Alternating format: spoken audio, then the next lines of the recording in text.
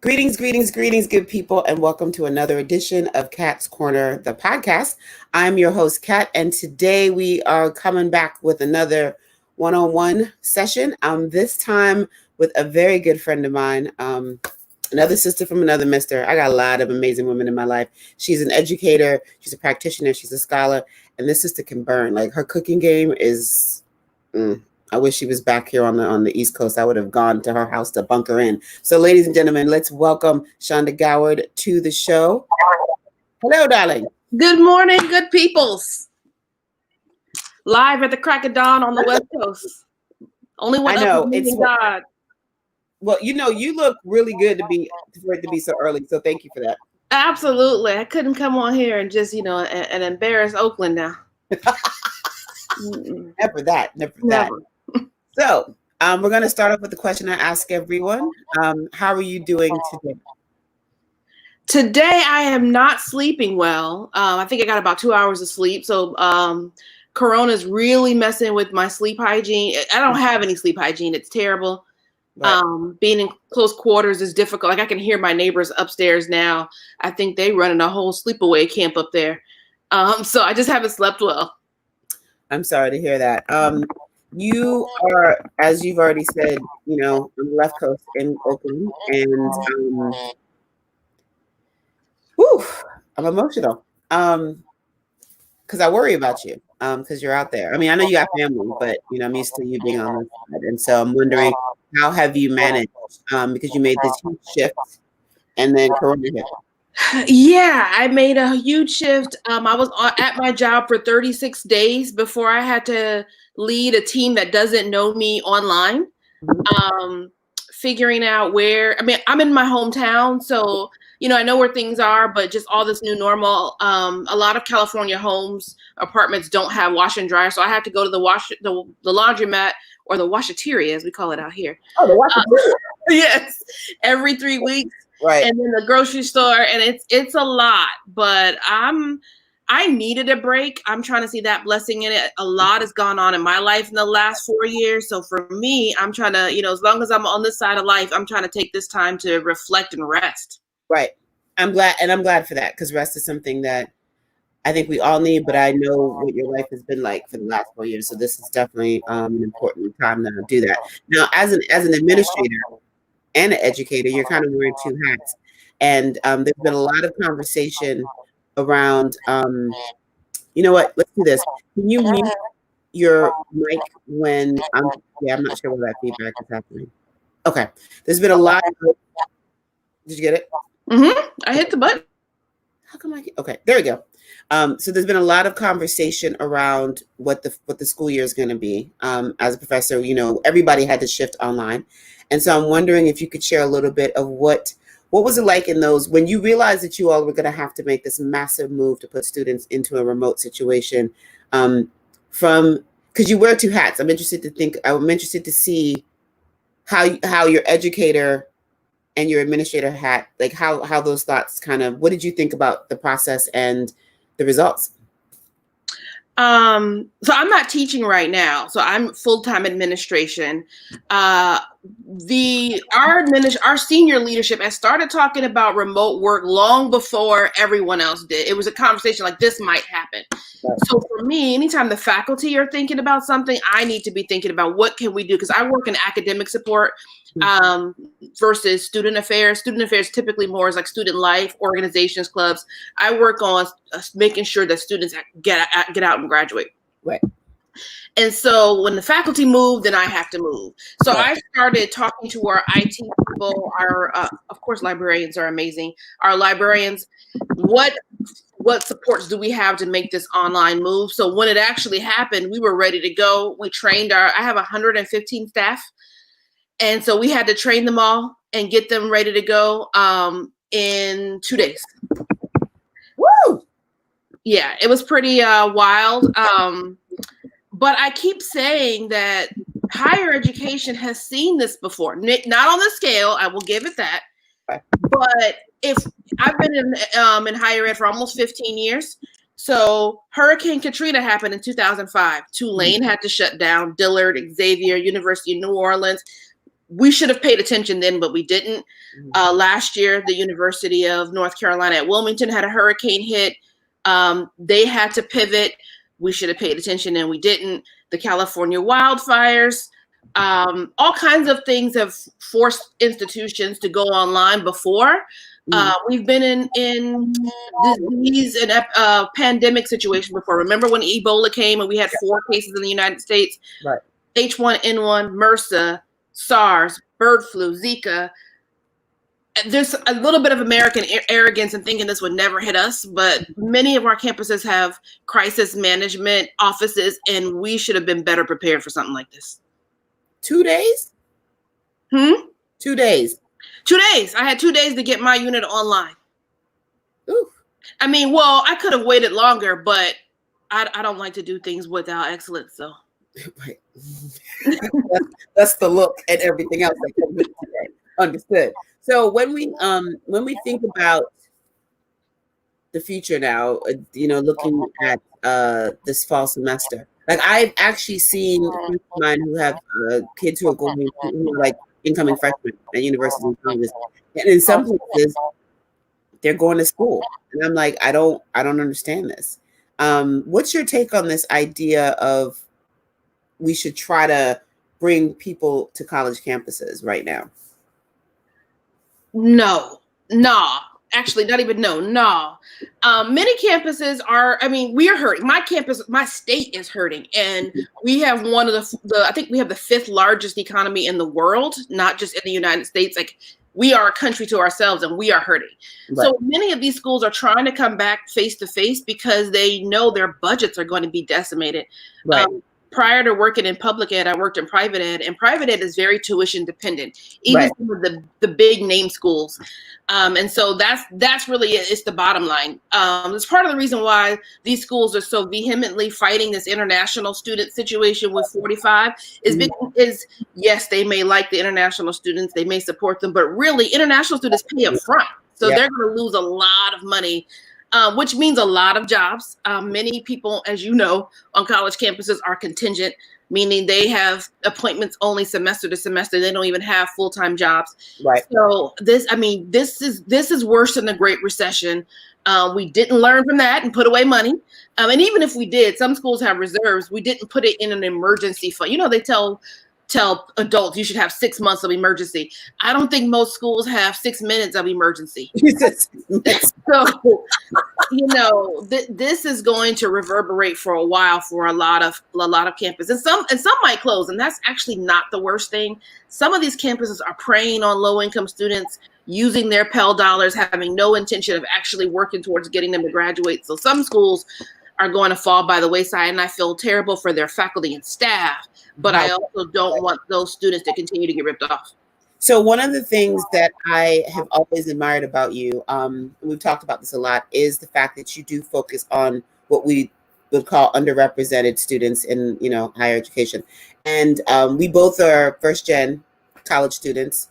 And, when you're a first-gen college student, you're an underrepresented category, you often don't have the support. So I love that you helped me segue, because I really want to talk to you about how you think. So as someone who's on the educator side right now, that shift to online meant that the normal emotional support that I have to give my students ramped up by like 300%. I had to talk students off the tree because they were like, "Professor, I don't like this. I don't learn well online. This is too much, da-da-da-da." And it was really, really hard to manage their anxiety. And at the same time, I, as a human being, am also dealing with my own whatever, Corona is doing. So when we think about particularly underrepresented students who often, may not have had some sort of aunt, mother, father, sister who's gone to college to kind of guide them, it's already hard. But now we're in the middle of this Rona business and major uprisings in cities around racial oppression. And I'm wondering what your thoughts are on how we can take better care of, or, make sure that the underrepresented students don't get lost by the wayside. Absolutely. So the first thing I want to mention is that first gen and low income are not the same thing. That's true. So LeBron James's children will be first generation college students. Okay. If he wanted to snatch them up out of college, he easily could. So I typically, yes, first generation students are underrepresented and they have challenges navigating the college environment. But the situation with Corona is really around low income students. Right. And things like when universities decide to shift remotely, because I don't like to say closed. We're not closed. I've been working since March 16th, since we went to shelter in place. So we're not closed. We moved to remote work. There are the thing I want people to understand is there are policies in place. There's whole offices that do this work around. My campus still has students on campus. We didn't just kick people off and say, good luck, go with God. There are offices that handle these things. And I actually really, if anybody's out there is a praying person, pray for the residential staff that are still on campus with students and their lives are on the line. Like, I'm tired, I'm working, but I'm at home. Right. So for low income students, there are offices that handle this, but at first some campuses were like, okay, we really need you to go home and quickly. And that's when it becomes a problem because most campuses don't have resources for supporting students quickly. They may have funds, but you have to request them. There's paperwork and students don't know where to go. So you had students online talking about my campus is not doing anything when in reality their campuses were, they didn't market it well. Right. Then you've got students who are have mental health challenges and all of this is overwhelming. Right. So asking them to fill out a form to get funds to go home in the midst of packing up their lives is challenging. Right. Some people don't really have the places to go. In California, we have an unhoused persons crisis, including our students. So home is real complicated. And where are we sending folks? Right. I've got students who were sent home to homes where now everybody's at home and it's overcrowded. They've got people in their homes who are dying of COVID-19. They've become primary breadwinners with their student job.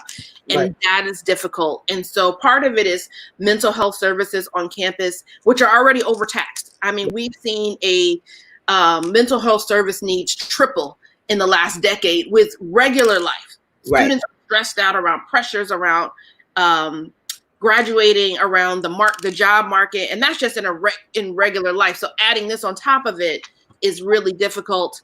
There are faculty and staff who also need mental health support, and many, especially people of color, are afraid of calling, or leery, I should say, not afraid, leery of calling the employment assistance program because they feel like it's either not going to support them well or maybe used against them in a tenure review, things like that. And so we have to get a lot more funding around mental health services, but we can't do that right now because everybody's hemorrhaging money.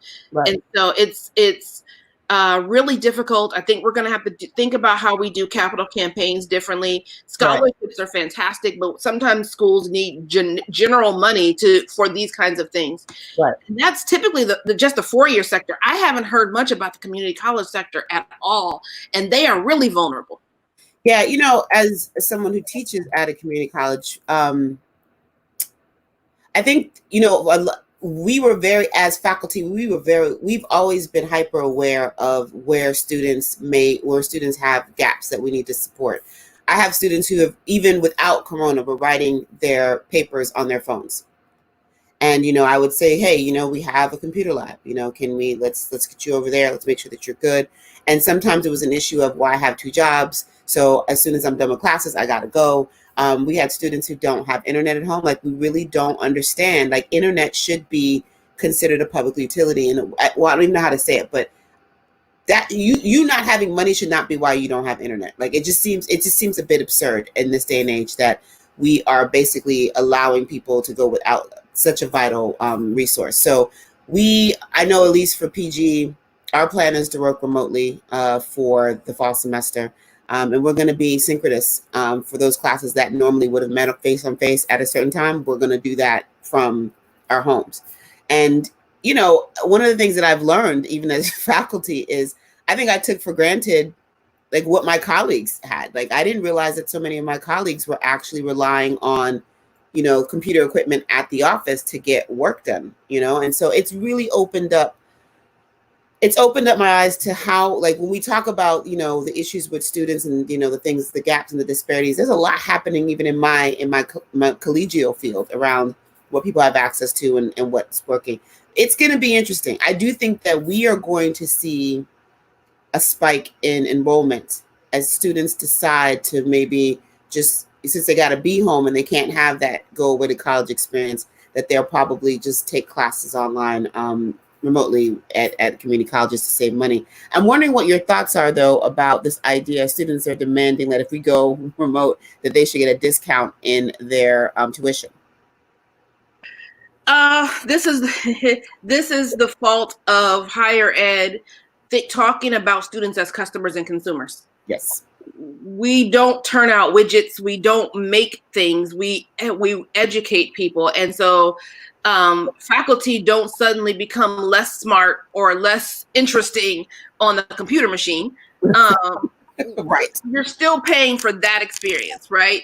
So, housing, things like that, should they get refunds for not paying for their housing or their dining contract? Sure, which is complicated because higher ed has outsourced a lot of that. So that's not even really coming from the university, and most people don't realize that. But as far as tuition, you can't expect people to teach you or support you, as in my case.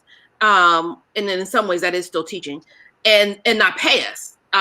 We still have to eat. So, but even then, I find that what I have to do now that I'm teaching remotely is more work than I would have done face-to-face. Like online is already levels. Like online work, when you teach online, it's already more work than you would do face-to-face. And part of it is you lose the ability to, it's not even just the face-to-face connection. It's that when you see your students twice a week or 3 times a week, there's a way to communicate with them where you can actually, the communication toll, I think, is, for me, it's less, because you can ask me all the questions that you need to ask me in class, as opposed to me getting 17 emails. But I don't think people realize that even moving remotely, it's going to be taxing for a lot of us to figure out how to be engaging, how to be gracious, and all these other things when we can't literally be there with you. And then, some people don't translate well across the virtual space. So it's difficult. Yeah. And this is where I go back to, we've been in situations, different institutions have been in situations like this before. And the idea that we didn't require faculty and staff to train to prepare for something potential like this after all the disasters we've been through in higher education doesn't make sense. That's something we should have been a little bit more ready for. But also, I think some of it around the idea around, okay, I want some of my money back, is our own messaging. Right. Nonprofit higher ed has often denigrated for-profit higher ed, saying the online experience is not the same. Right. That's not really the problem with the for-profit industry. The for-profit industry is often predatory, but instead of saying that, we just said face-to-face is better. Well, now we look like Boo Boo the Fool because now we're online as well. And so students are like, but I thought you said right. My degree was going to be worth more because it's not from X, Y, and Z. So, what does DJ Khaled said? Congratulations, you played yourself. That's our own fault. I love it. Do you think that in the wake of this that we are going to have to, I know we're going to have to reshape, everything has to be reshaped because it's different now, but let me ask the question differently. How do you think colleges and universities, what would you say to them in sort of moving forward in how they market and how they sort of push this notion or this narrative around higher education as a result of all of these things? Because this is kind of opening the doors and looking under the rugs, and we're seeing that all the corners aren't clean. Right. Dust bunnies everywhere. We all about to get a whooping from our grandmas because we just shoved everything under the bed all this time. And now we got Mickey and Minnie in our closet. Mm-hmm.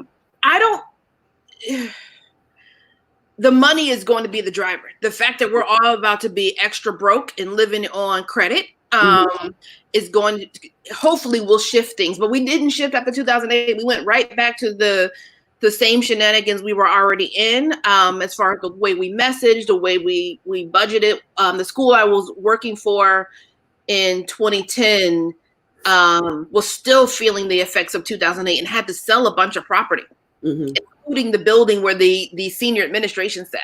Wow. That was 2 years after the crash. This is going to be 10 times worse. Right. So I'm not even sure what the new is yet, because then I'm hoping it doesn't get worse. I'm hoping higher ed doesn't say, okay, well, we're going to rely on contingent folks even more. Right. And not pay people and ask for a master's degree or a doctorate for an entry-level position and want to pay you $2 an hour. That, as my dad would say, that dog don't hunt. And you know what they do with dogs that don't hunt in the South. So I don't know. I honestly don't know. But we're going to have to do better with crisis management. We're going to have to figure out funds for contingencies. We may have to work together across the institutions. Like, if there are 4 institutions and sitting in a 5-mile radius, why do you all have different student health? Right. Why do you not collaborate? What about your library? There are things that some institutions could do to work better together so they're not spending as much money instead of saying, oh, we have to have our own. Well, no one's going to have their own. So we're going to do something differently. Right. Because tuition can't go up anymore. That's just not an option. Right. That's definitely not an option. It definitely can't go up anymore. What are your thoughts with regards to, and I just lost the question. Dang it. It was sitting right here and then it just poof, it went away. I can't remember. So we'll move on. You are a huge fan of recipes and cooking, and we're going to shift a little bit to your personal space. And you have been sharing on your Twitters and mostly on your IG, the recipes that you've been making. And I have to say, your jollof rice looks better. I don't know if you saw. Wait a minute. Side note: did you see that? It was on Twitter last night. Somebody decided that they were going to try Yvonne Orji's mama's recipe for jollof coconut rice, which in and of itself is an abomination. I'm just going to go on record and say. And, she it was a white woman. There was some dude with her and they were excited and the rice just looked like porridge. Have you seen this? I think that's the old one. The guy from Pentatonics. No. This was new. This is new? Another one? Oh. I mean, I'm from the West Coast, but I learned a few things in the South. So I'm gonna clutch these pearls and just be like, bless their whole. It is absolutely absurd. But one of the things that you've been doing, you've always been a cook or baker. Like you've always the culinary world is your world. I've learned a great deal of you in your fancy dinners and your aprons and things. And I'm wondering how cooking has become sort of part of your survival kit. Yeah, well, one, I can't go outside. So I'm immune, autoimmune. I have an autoimmune disorder. I'm immunocompromised. Mm-hmm. So really, it's literally the grocery store and the washateria. And that's about only places. And I go visit my aunt and uncle, but I stand way out in the yard and I don't go in their home. So for me, this is really an opportunity to expand and practice things because I'm the only one eating it. My freezer is full of things right now. But this all started when I was just going through a lot. When I was in graduate school earning my doctorate, I was working full-time and teaching part-time while I was in school. And I just needed a space to do something creative. And I started doing everything. I was doing way too much. So I sewed, I was cooking, and then I looked at my cookbooks and some I bought and some were given to me and they were all European chefs. Mm-hmm. And I just got annoyed with my own cookbook shelf. Mm-hmm. And I think right around that time, I saw a food festival advertisement that was in the Bahamas and not a single chef was Black. Right. That's some tomfoolery. Right. And so I was like, there's got to be a way for me to learn more about, I know regular Black American cooking. My grandma's from Texas, right? And I grew up in a very Black charismatic church where we had a whole kitchen, like almost a restaurant-sized kitchen in the basement. So I know how to make Black American food. But I was like, Black Americans have a history, even though we don't fully know our personal histories, we have a history on the continent. And why am I learning all these European techniques and none about our own continent? Mm-hmm. And so I started scouring different blogs for recipes and I started seeing links between pounded yam and sweet potato casserole. Mm-hmm. And I was like, I can do this. I can make these mm-hmm. things. And, living in DC, which is at the time I was living in DC, which is such a cultural food place. And there was more and more African restaurants popping up. And before I met a bunch of my African friends, I knew a bunch of West Indian folks. And so I had been already tasting these things. And now I was like, I can do this. I can figure this out. And so I just started experimenting in the kitchen and trying it out on my students from the continent. And they was hungry, so they was going to eat it. They might talk bad about you, but like it's free. So we want to eat it. Yes. Yeah, exactly. So, and then I got to know when I lived in North Carolina, there was this grocery store called Miss Nora's, Aunt Nora's African Grocery. If you're ever in Durham, go check her out. She's really nice. And so she would give me tips. And after I had been going for a year and she could tell I really knew what I was doing, then she started trying to introduce me to her nephews. So, hey, I got invited to the Christmas party and everything. I was excited. Well, what I love about it is that, cooking, I think for those of us who, who can cook, sometimes it feels like a chore. And I have really enjoyed watching you share your recipes. And some of the stuff you have made is amazing. I'm like, yo, I would totally love to be able to eat it and try it. But I also know that it's been helpful for you to manage, the anxiety and the stress of what's happening. So for me, as long as you're cooking and baking, I feel like, okay, I don't have to, because I'd be wanting to get on a plane and come over and see what's going on. And I'm like, okay, stop that. So it's kind of neat. And what I'm hoping to see is some sort of, I don't know, I feel like there's something there in that creative space around your food journey. What has been your favorite thing to cook so far? Ooh, I don't have a favorite. It really is more so like, okay, trying something over and over again until I get it, until I know it's right, that it's supposed to be tasting right. So lately I've been in India. Okay. I picked up Priya Krishna's book, Indian-ish. And so, because I was craving takeout, I was craving Indian takeout. Right. And one, Indian takeout here is like 30 minutes from my house. No, because gas in California is $9 million. Right. And two, the Rona. So I was like, all right, I got to figure this out. This week I'm trying, what's her name? Her name is Diana, and I forget her last name, but her blog is called Appetite for China. I'm trying, I've been really wanting Chinese takeout, so I'm trying lo mein and things like that. So I don't really have a dish. It's more so it's the creative and it's also the total Virgo in me that wants to master something else. Right. And so I find a lot of the bloggers from the continent are Nigerian. They're the only ones willing to share the secrets. Which is odd. I was like, it's weird. I don't know why, I've seen some really great, there's a couple of really, like Butterfly Kitchen, I think is one that I follow on Instagram. She's really dope. Yeah.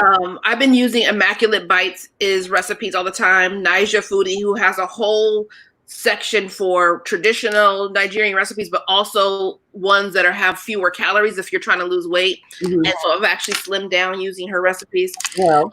So I love that. But it's funny, if you're thinking about cooking in the diaspora, you really do need to have core techniques, because the diaspora folk don't tell you all the instructions at all, especially the West Indians. They be like, first of all, we don't know who's reading this. It might not be the folks we want to know. They might try to steal it and open their own restaurant, American chefs.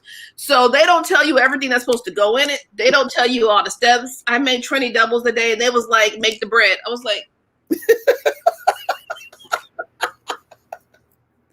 well, I know how to make bread. Right. I looked at the ingredients. I was like, okay, I get what's happening here. But yeah, they be like, make the bread. You just be like, okay. So it's interesting that you say that, because I think that it speaks to this larger context of sort of how do we protect our things? How do we make sure that things are preserved, but how do we also protect them from sort of the outside world and imperialism and, white chefs coming in and building entire shows around how they make, what was it? Was it Gordon Ramsay when he tried to make pad thai and the chef was like, this is terrible?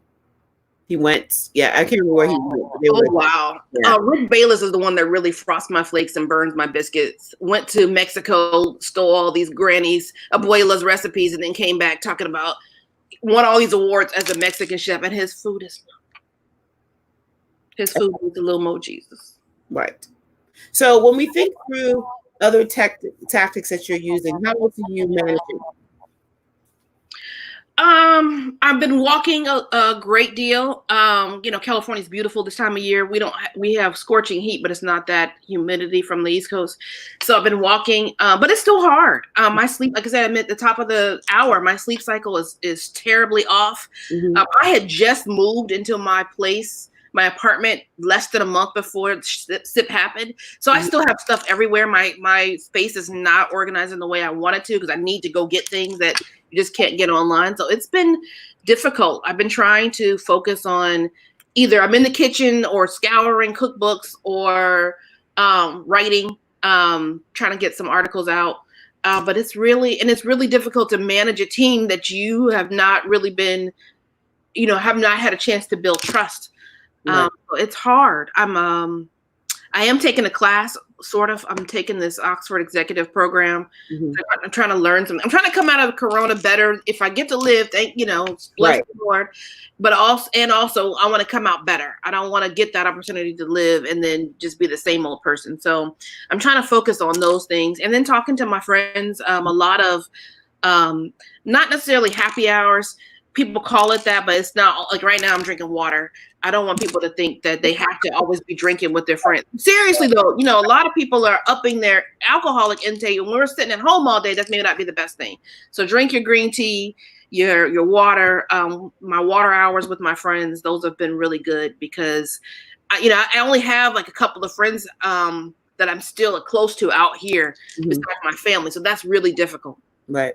I mean, when you think about, when I think about everything that has happened and how you have shifted, I'm super impressed and proud because it's a lot.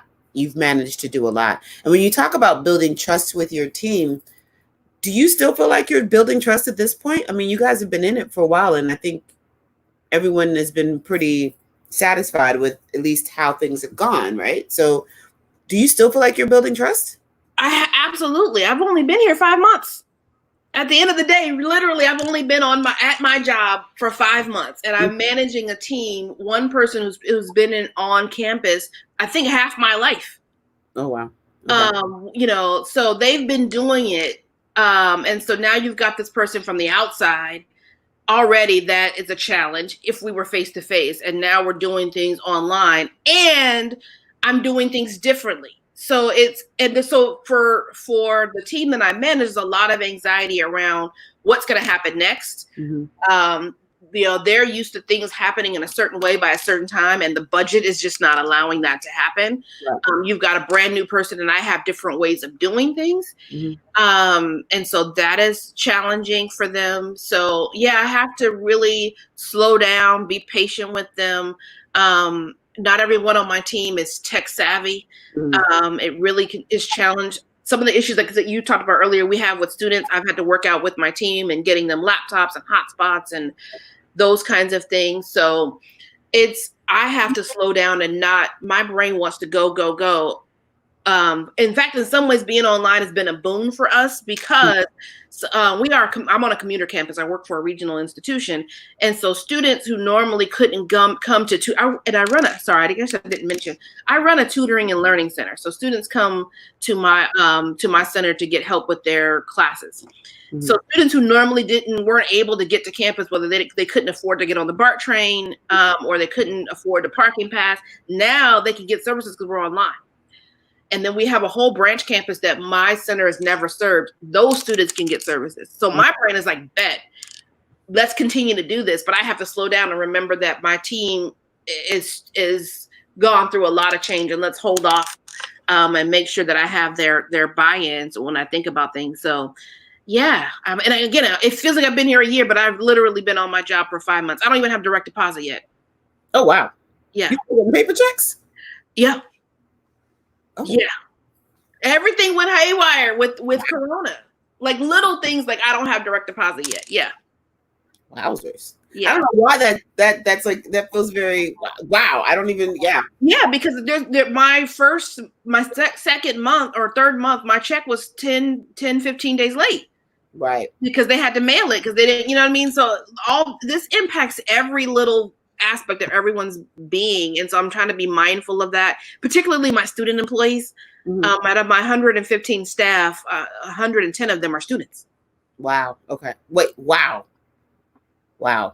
And so are they still working? Yeah. They worked all through the spring. Right now I have a skeleton summer staff, and I'm waiting to find out about the fall. What budget do I have to hire for the fall? because our appointments are temporary. So when you look at California and then you look at the rest of the country, how would you rate California's response to all of this? Poor Gavin, bless his whole heart. So our governor has only been the governor for a year and a half. Mm-hmm. And actually, I was up this morning because something was just on my spur and I had to write it out. So hopefully I'll have a blog out about this soon. Right. He had all the, he was the former mayor of San Francisco. So he's been in office for, he was a city council member before that. He had all these big plans. California had a surplus. We had a reserve from our previous governor, Jerry Brown. Right. He had all these big plans to really finally tackle our housing crisis for our unhoused folks. Mm-hmm. We really wanted to do all these different things. And now that man, you can tell he's not sleeping. Right. And so California tried. However, we have 40 million residents we know about, and probably about 8 or 9 million more that we don't. Mm-hmm. And everyone assumes that we're the wild Democratic West out here, and we're not. The LA, yes, the Bay Area, but once you get an hour outside of Oakland, not so much. So we have some of the same problems that Florida does, Texas does.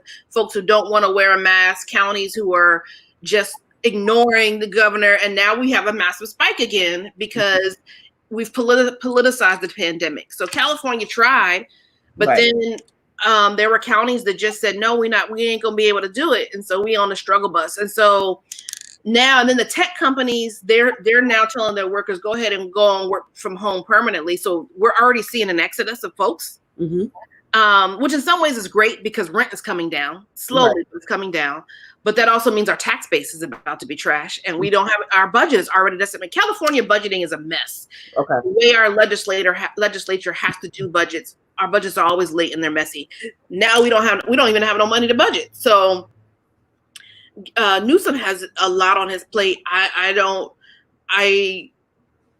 think this is a great example of be careful about aspiring to leadership. Be sure you're ready, because what you think you're getting may not be what you're actually going to get. Right. And when you think about that piece, I mean, when you see what's happening sort of nationally, what concerns you the most?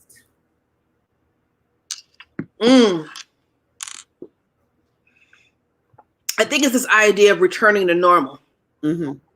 Because for Black America, for low-income America, for Brown America, normal wasn't working in the first place. So why do we want to get back to normal so badly? Right. This is an opportunity to reshape, remake, rethink.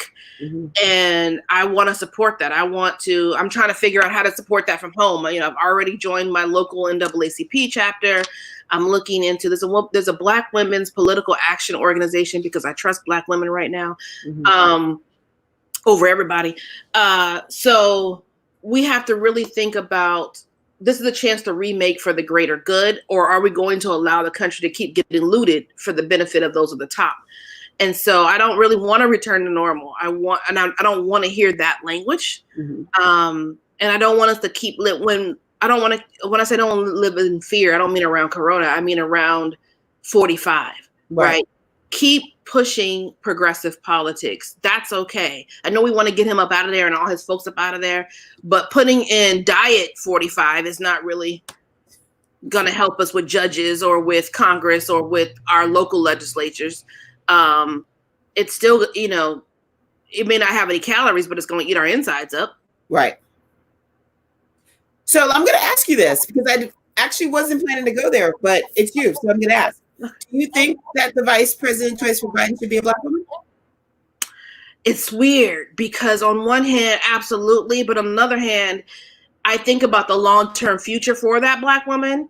Yes. And you know what I mean? Black people always get promoted to clean up a whole bunch of mess. Right.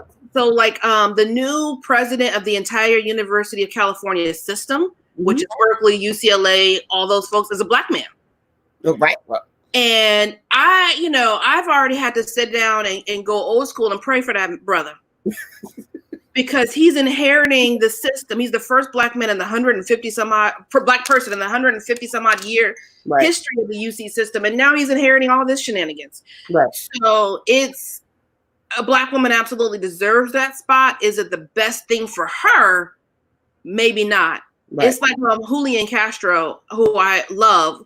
At first, I thought he would be great for Hillary's running mate, but I thought he's going to bring a lot to her. I don't know what he's going to get out of it. So I'm glad he didn't link his career to 30 years of Clinton. Right.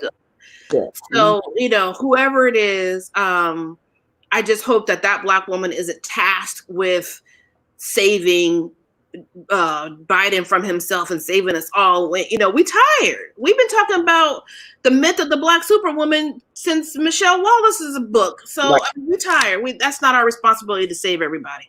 I agree. I mean, I've had some conversations, and I'm not going to lie. I do not want a Black woman having to pull all that weight, because that's what's going to happen. Mm-hmm. And if it does kink out, she'll become the president and then do all this amazing work. And then when she runs, it will be crickets. And I'm like, yeah, I'm just not. Exactly. I'm not talking about, we're not ready yet. We haven't, all those black squares that said Black Lives Matter ain't gonna mean nothing when it comes to the voting booths. And it'd be her turn to actually run for the top job. And maybe you should take a cabinet position. So I don't know. And then the other thing is, some of the people that are being considered, I need them to hold their states. Yeah, that's the other part of this. Yeah. Right. Like Kamala, sis, love you, Soror. We barely won our election for Senate. I need you to hold that space down. I agree. Barbara Lee is amazing. I need her to hold on to Alameda County. Right. Even good old Liz, I need her to hold Massachusetts. Right. So I don't want to lose the Senate behind some of these things. So I'm a little concerned there. And I really wish you would hurry up and announce, but it's almost August. They're weighing in all. It's a dumpster fire. This is our existence. And it's annoying. It's annoying. In terms of just so where we are as folk, we've been seeing a lot of these uprisings, frontline action, physical action. I'm so proud of the young people. The fact that I'm saying young people is weird to me. My cousin said to me yesterday, our days of SNCC are over. It's so weird for me to, when I say young people, I'm like, oh my God, I guess I should. That's the appropriate term right now. I'm not one of them. We are seasoned now. We got a little elbow on us. Right. We got a little. So I'm wondering, what's, as someone who used to be in the classroom, what's it like for you to see some of this action? I love it, and I have trepidations about it at the same time, because I watch some of the social media, and the lack of knowledge about what came before is really bothering me. Yeah. So I'm seeing young people saying, we're the ones who ain't gonna take it no more. We, the rest of y'all old people just let folks run all over you. Talking crap like, Angela Davis is old, she need to sit down. It's real disrespectful. Right. And it hinders the movement, because if you don't know where these things that you're demanding came from, you don't know why they're important. Right. And then you're not able to follow up. So I know a lot of people are saying, it's in the young people's hands. No, this has to be a coalition across all of us. Right. Right. We, those of us who are, seasoned, have to use our power wherever we are. We have to continue to guide young people and help inform them. They're still going to make different choices than we will. Right. But they should be informed about what those choices are. And we're still here. I don't expect to go anywhere for a good at least 40, 50 years. I don't know why folks are already clocking us out like Gen X is just done and we're already 92 years old.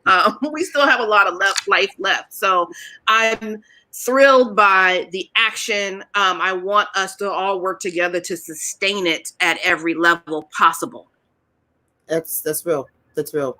And for you, what is sustaining? What does that look like?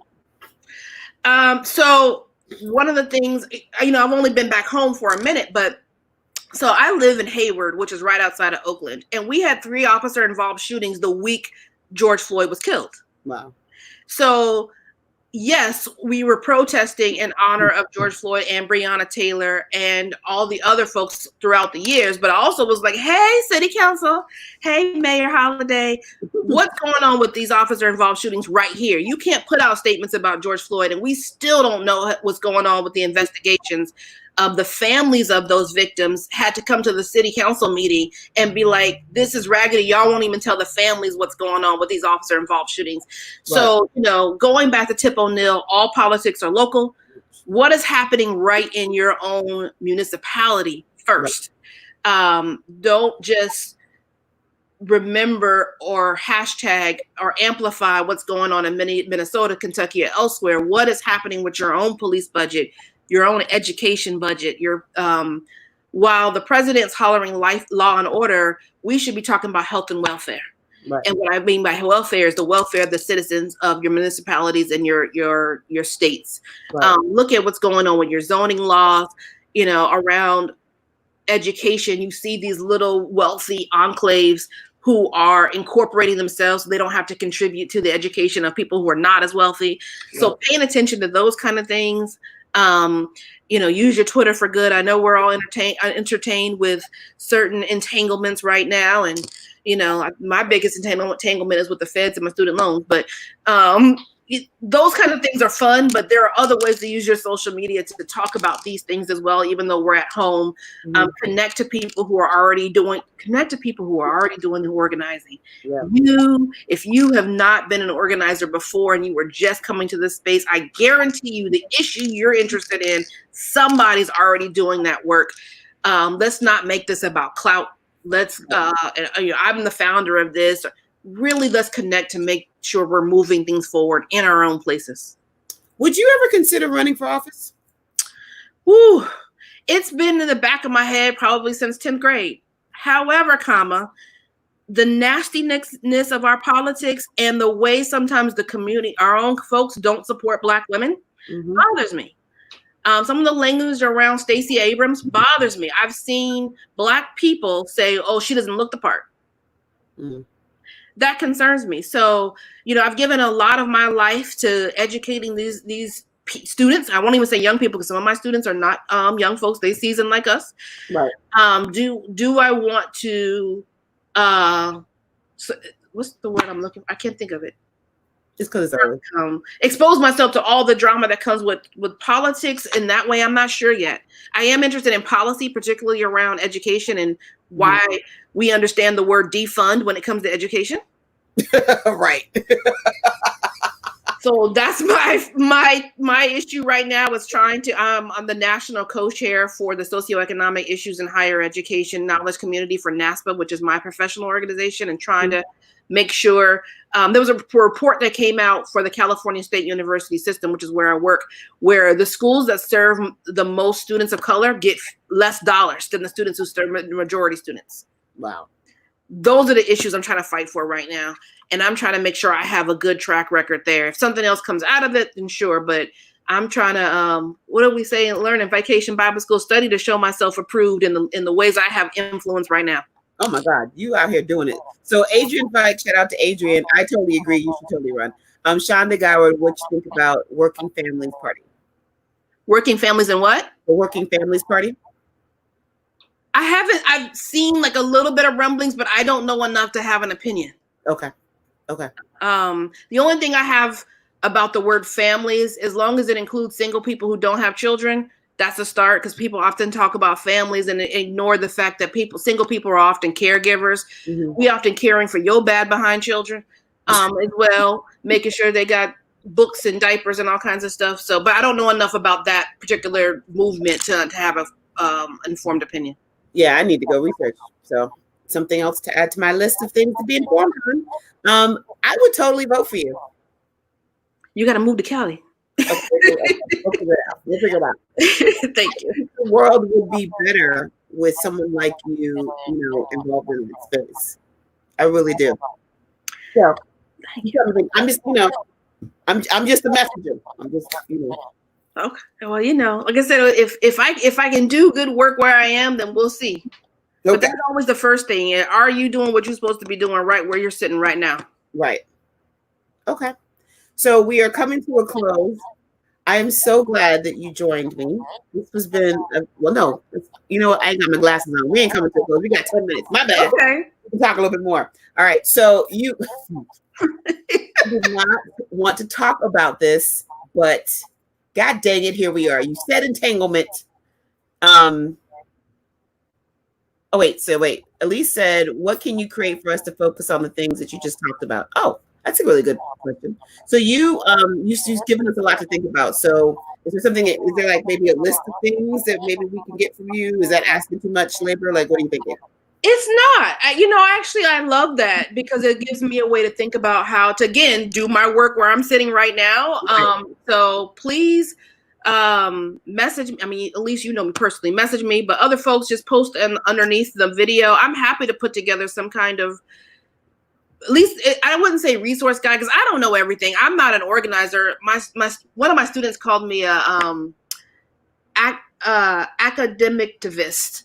I'm trying to be an activist in my own space, but I don't know. But I can share what I'm doing and what resources I found. Absolutely. Okay. So that would be good. And maybe you make it a blog post and we just link to your site so people can go subscribe to what you do. Absolutely. Absolutely. And then I also have a few COVID. So for my professional work, we've been trying to put together some resources for those who've been laid off and furloughed around state by state. So I can also put that up too. Oh, that would be dope. That would be super dope. Okay. Since we're here, we got some time. We might as well key because what the hell? This is not even tea. I just got water. Well, this is the metaphorical tea. So you ready? I'm ready. Well, okay. I don't know if I'm ready, but I'm here. I mean, you woke up early for this, so the least I can do is give you some banter. I ain't really go to bed, so that's true. So you said entanglement. You used the word entanglement. Yeah. Did you watch the table talk? I watched the table something. I don't know if it was a talk. So, in full transparency, I didn't watch it.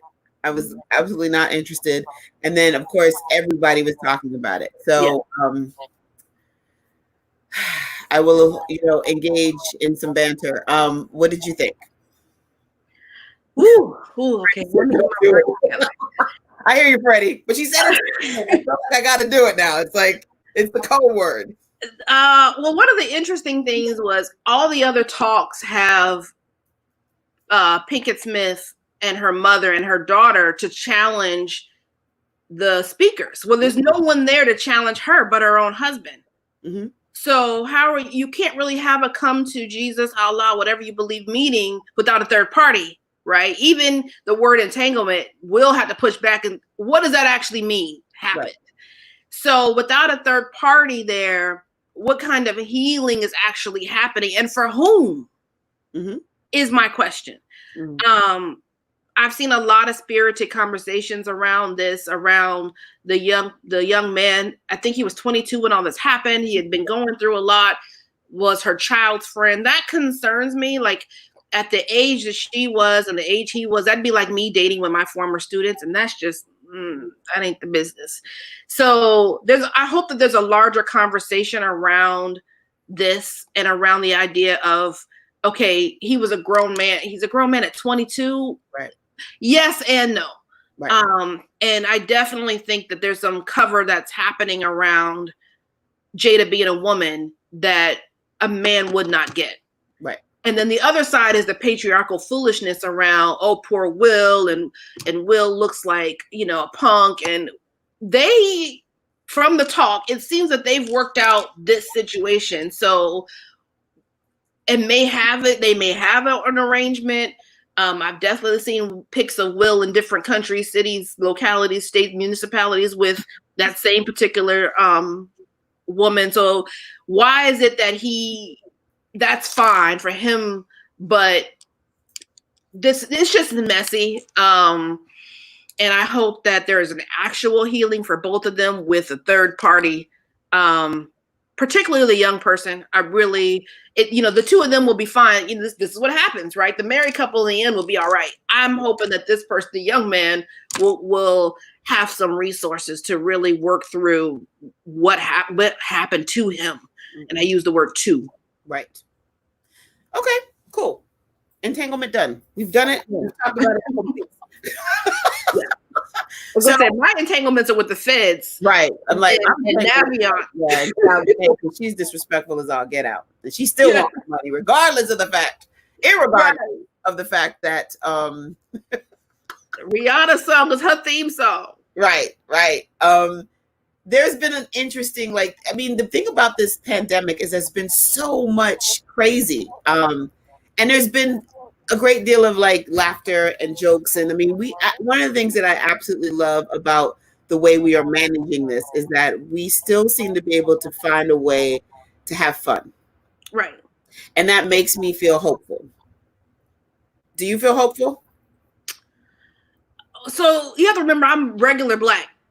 What? Right. So we've had to make fun for 500, 600 years for me to be alive and get here. Right. I think about my mother was not born with civil rights. Right. Not my grandmother. My mother wasn't born with civil rights. Right. I have photos of my grandfather's father, who was a sharecropper. If we couldn't figure out ways to find some joy, we wouldn't have made it. And made it meaning just being here, being alive, being, this is why the elders always, what do they pray? To have the use of our limbs and our sound minds. Like, they don't pray for $1 million homes. They pray for basic stuff. So I think is strong. I'm here. I'm glad I'm here. I'm hoping I can do something right and now I'm feeling my Pentecostal spirit on the time side of life. I feel like you're about to start preaching. Come on. Right. That's the legacy of Black Americans specifically is we've had to find the jokes in the middle of all kinds of stuff. Right. Well, I think we're doing a good job. I think all the Blacks, regular Blacks, non-regular Blacks, whatever you diaspora Blacks. Diaspora Blacks. Yeah. I think as a diaspora, the Blacks are doing all right. I think we're doing a good job of making things work. And we always make do, though. I mean, we've been using the country crop tub as Tupperware since it came out.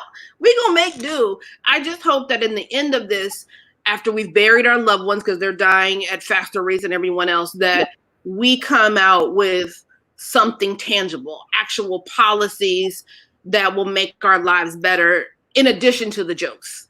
Because the jokes are the balm for right now, but at the end of the day, I remember crack, right? I remember what happened.